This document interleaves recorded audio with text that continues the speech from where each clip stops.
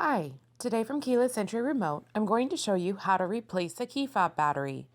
The key fob I am showing you today is compatible with the 2004 through 2009 Chevrolet Aveo. The part number on the back of this 3-button key fob is NYOSAKS-01TX.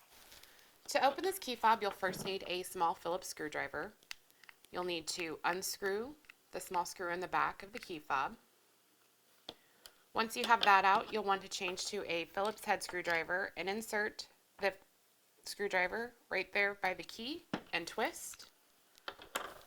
Once you have that open, you'll take the screwdriver again and twist open this back panel. Once you get the back panel off, you'll see the battery is located here. Simply slide the old battery out. The battery for this key fob is a CR1620. To replace the battery, once you have the old battery out, simply slide the new battery back into place. With this key fob, it is plus side up. You'll then want to take the back panel and replace the back panel.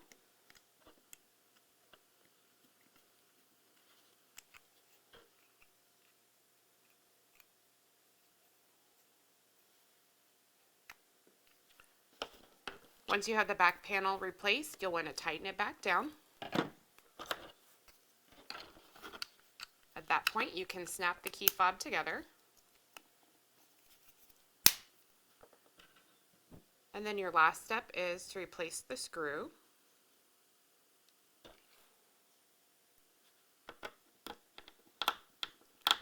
Once you have the screw tightened back down, you're done.